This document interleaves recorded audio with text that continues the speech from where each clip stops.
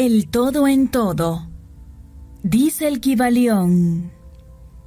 Si bien es cierto que todo está en el todo, no lo es menos que el todo está en todas las cosas. El que comprende esto debidamente ha adquirido gran conocimiento. Cuán a menudo se ha oído a la mayoría repetir la afirmación de que su deidad era todo en todo, y cuán poco ha sospechado el íntimo significado oculto encerrado en esas palabras emitidas tan sin ton ni son. La presión comúnmente empleada es lo que ha quedado de la máxima hermética del epígrafe, como dice el Kybalión. El que comprende esto debidamente ha adquirido gran conocimiento. Y si esto es así, tratemos de comprender lo que significa, dada su gran importancia. En esa máxima está encerrada una de las más grandes verdades filosóficas, científicas y religiosas. Ya hemos dado la enseñanza hermética concerniente a la naturaleza mental del universo, la verdad de que el universo es mental, sostenido en la mente del todo, como dice el Kybalión en el pasaje citado. Todas las cosas están en el todo. Pero nótese también la siguiente afirmación correlacionada. Es igualmente cierto que el todo está en todas las cosas. Esta contradicción aparente es conciliable según la ley de la paradoja. Es, además, una afirmación hermética exacta sobre las relaciones que existen en el todo y su universo mental. Ya hemos visto cómo es que todo está en el todo. Examinemos ahora el segundo aspecto del asunto. La doctrina hermética indica que el todo es inminente e inherente al universo, así como en toda parte, partícula, unidad o combinación dentro del universo. Los maestros suelen ilustrar este postulado refiriéndose al principio de correspondencia. El instructor pide al estudiante que forme una imagen mental de algo, de una persona, una idea o alguna cosa que tenga forma mental, siendo el ejemplo preferido el de un autor que se esté formando una idea de los personajes, el de un pintor o escultor que esté creando la imagen mental de lo que trata de expresar con su arte. En cada caso, el estudiante verá que, aunque la imagen tiene existencia y ser únicamente dentro de su propia mente, sin embargo, el estudiante mismo, autor, pintor o escultor, es, en cierto sentido, inmanente en dicha imagen. En otras palabras, toda la virtud, vida, espíritu o realidad de la imagen mental se deriva de la inmanente mente del pensador. Medítese esto un instante hasta que se comprenda bien la idea. Empleando otro ejemplo, podríamos decir que Otelo, Iago, Hamlet, Lear, Ricardo III, entre otros, existieron en la mente de Shakespeare en el momento de su concepción o creación. Y, sin embargo, Shakespeare existió también dentro de cada uno de estos personajes, dándoles su vitalidad, su espíritu y su acción. ¿Cuál es el espíritu de los personajes que conocemos como Mick Jagger, Oliver Twist, Uriah Heep? ¿Es Charles Dickens o tiene cada uno de ellos un espíritu personal independientemente de su creador? ¿Tiene la Venus de Médicis, la Madonna Sixtina, el Apolo de Belvedere espíritus y realidad propios o representan los poderes mentales y espirituales de sus creadores? La ley de la paradoja explica que ambas proposiciones son ciertas, consideradas desde los puntos de vista apropiados. Mick Jagger es, a la vez, Mick Jagger y Dickens. Y mientras puede decirse que Mick Jagger es Dickens, Dickens no es idéntico a Mick Jagger. El hombre, como Mick Jagger, puede exclamar: el espíritu de mi creador me es inherente y sin embargo yo no soy él. Esto es muy diferente de la chocante media verdad que clamorosamente anuncian algunos medios sabios diciendo: yo soy Dios. Imagina al pobre Micawber o al ratero Uriah Heep exclamando: yo soy Dickens.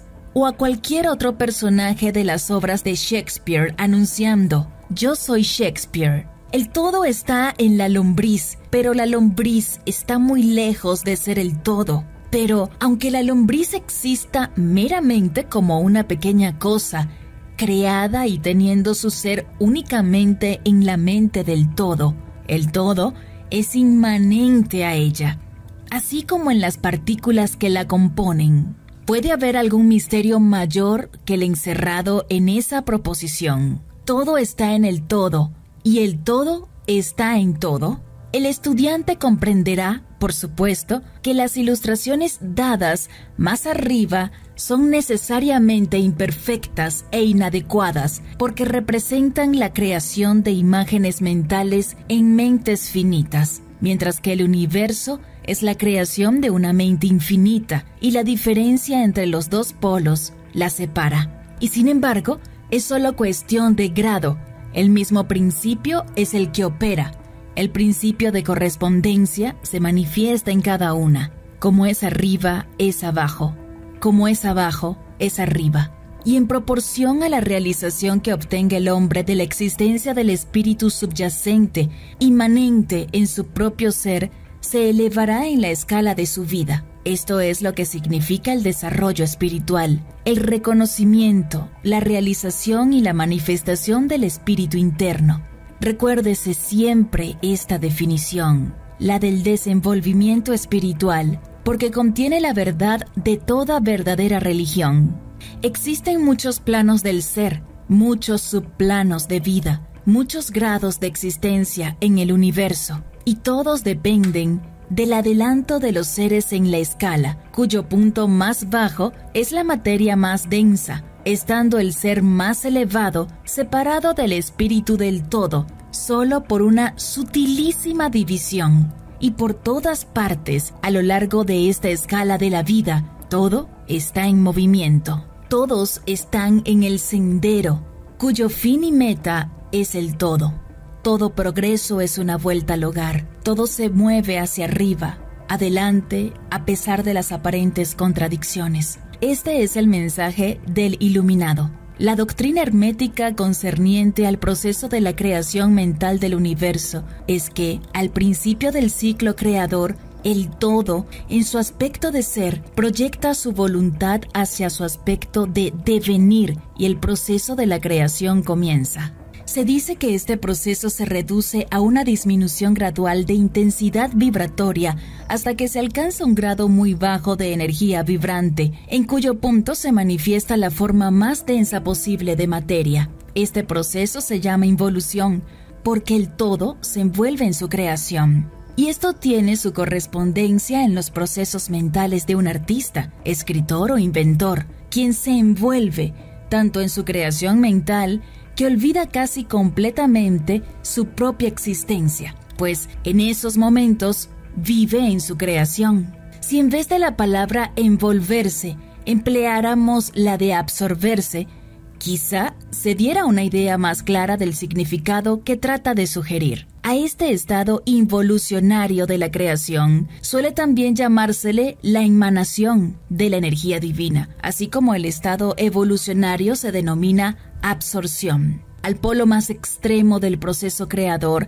se le considera como el más separado de todo, en tanto que el principio del estado evolutivo es mirado como un retorno de la oscilación del péndulo del ritmo, como una vuelta al hogar. La enseñanza es que durante la efusión, las vibraciones se van amortiguando gradualmente hasta que el impulso amortiguador cesa, por último, y entonces se produce el retorno de la oscilación pendular. Pero existe esta diferencia, que mientras en la efusión se manifiestan las fuerzas creadoras compactamente como un todo desde el comienzo mismo del estado evolutivo o de reabsorción, se manifiesta la ley de la individualización. esto es, la tendencia a separarse en unidades de fuerza, de tal manera que lo que dejó al todo como no individualizada energía vuelve a su fuente originaria como innumerables unidades de vida, altamente desarrolladas, que se han ido levantando cada vez más alto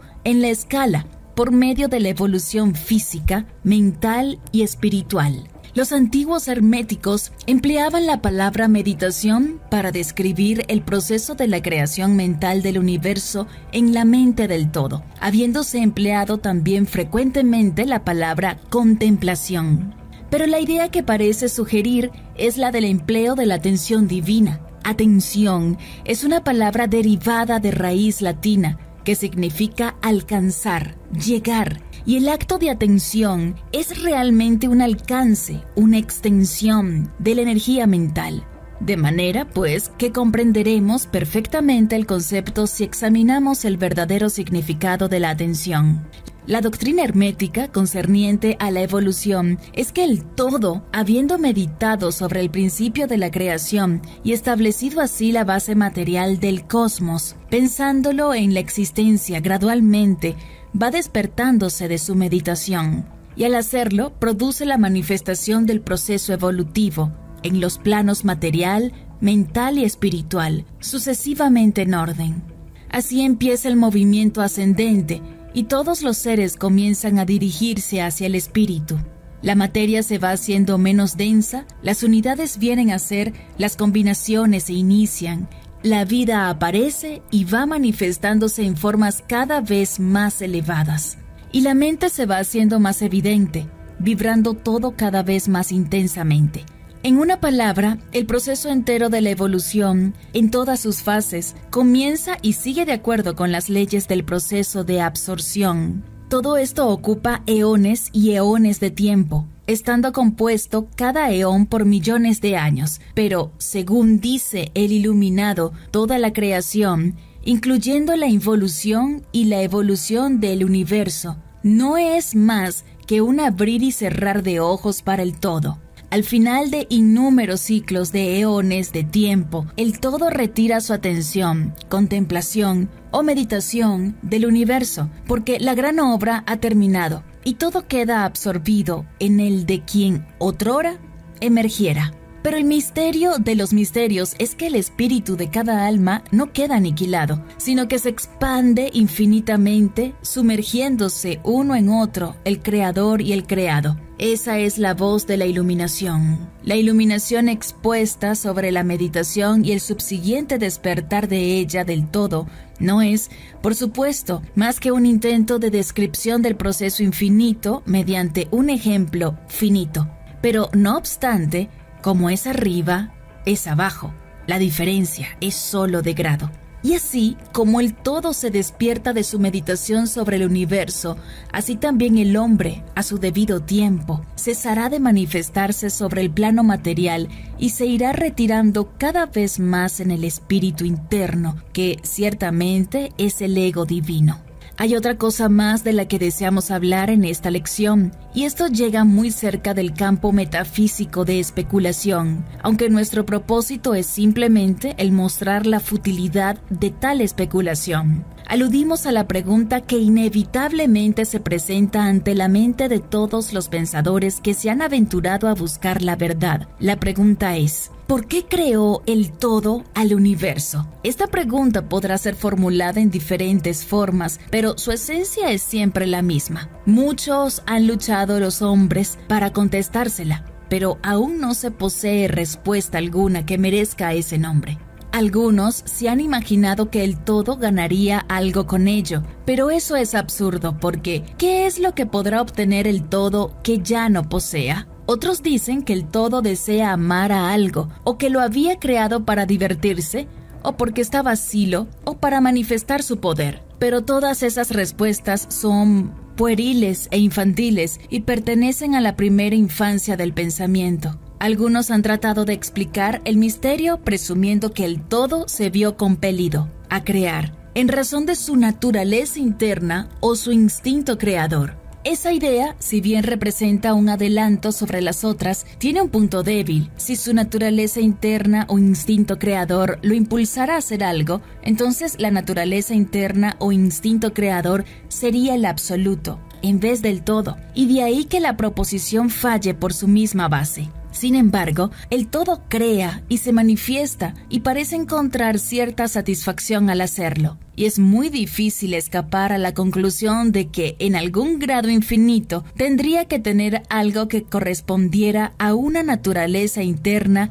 o instinto creador en el hombre, con un deseo y voluntad correspondientemente infinito. No podría obrar si no quisiera hacerlo. No podría hacerlo a menos que lo deseara, y no lo desearía si no obtuviera con ello una satisfacción. Y todas estas cosas pertenecerían a una naturaleza interna, y podría postularse su existencia de acuerdo con la ley de correspondencia, tanto interna como externa. Este es el problema que yace en la raíz misma de la dificultad, y la dificultad que se encuentra en la misma raíz del problema. Estrictamente hablando, no puede decirse que haya ninguna razón para obrar, porque una razón implica una causa, y todo está por encima de la causa y del efecto, salvo cuando su voluntad misma se convierte en una causa, en cuyo momento el principio se pone en movimiento. De manera, pues, que no puede pensarse en el mismo asunto porque, como el mismo, todo es incognoscible.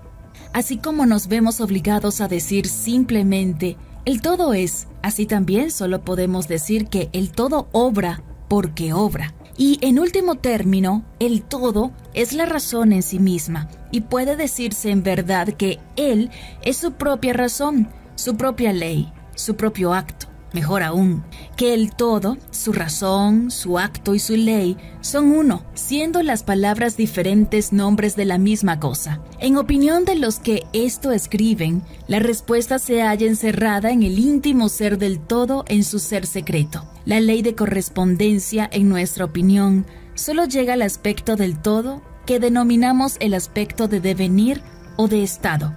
Tras ese aspecto está el de ser, en el cual todas las leyes se pierden en la ley, todos los principios en el principio, y el todo, el principio y el ser, son idénticos, uno y lo mismo. Por consiguiente, toda especulación metafísica sobre el punto es fútil. Si nos ocupamos aquí de la cuestión, es solo para mostrar que, si bien reconocemos el hecho, reconocemos también lo absurdo de las respuestas dadas por metafísicos y teólogos. En conclusión, podrá ser de interés para los estudiantes el saber que en tanto que algunos de los antiguos y modernos instructores herméticos se inclinan más bien a aplicar el principio de correspondencia a la cuestión, que da por resultado la naturaleza interna. La leyenda dice que Hermes, el Grande, cuando le fue hecha esa pregunta por algunos de sus más avanzados estudiantes, contestó apretando los labios fuertemente y no diciendo una palabra, como si indicara que no había respuesta. Pero también puede ser que quisiera aplicar el axioma de esta filosofía que dice que los labios de la sabiduría permanecen cerrados, excepto para los oídos del entendimiento, en la creencia de que aún sus más aventajados discípulos no poseían la comprensión necesaria que los calificará para esa enseñanza. De cualquier manera, si Hermes poseyó el secreto, no lo comunicó. Y por lo menos en lo que al mundo concierne, los labios de Hermes están cerrados al respecto. Y si Hermes, el Grande, vaciló en hablar, ¿quién sería el osado mortal que tratara de enseñarlo? Pero recordémoslo, cualquiera que sea la respuesta de este problema, si es que hay alguna, la verdad es que, si bien es cierto que todo está en el todo, no lo es menos que el todo. Está en todas las cosas. La proposición en este punto es enfática. Y para terminar, repetiremos las palabras de la cita. El que comprenda esto debidamente ha adquirido gran conocimiento. No pierdas comprensión sobre este tema, por lo que te recomiendo revisar nuestra anterior entrega que está disponible en este canal. Puedes buscarla así: La creación mental. La realidad no es la que te enseñaron. El Kybalión. ¡Hasta la próxima! Esto es Universo Consciente. Si te ha gustado este video, puedes dar like, comentar o suscribirte. ¡Vamos, inténtalo! Te estamos esperando.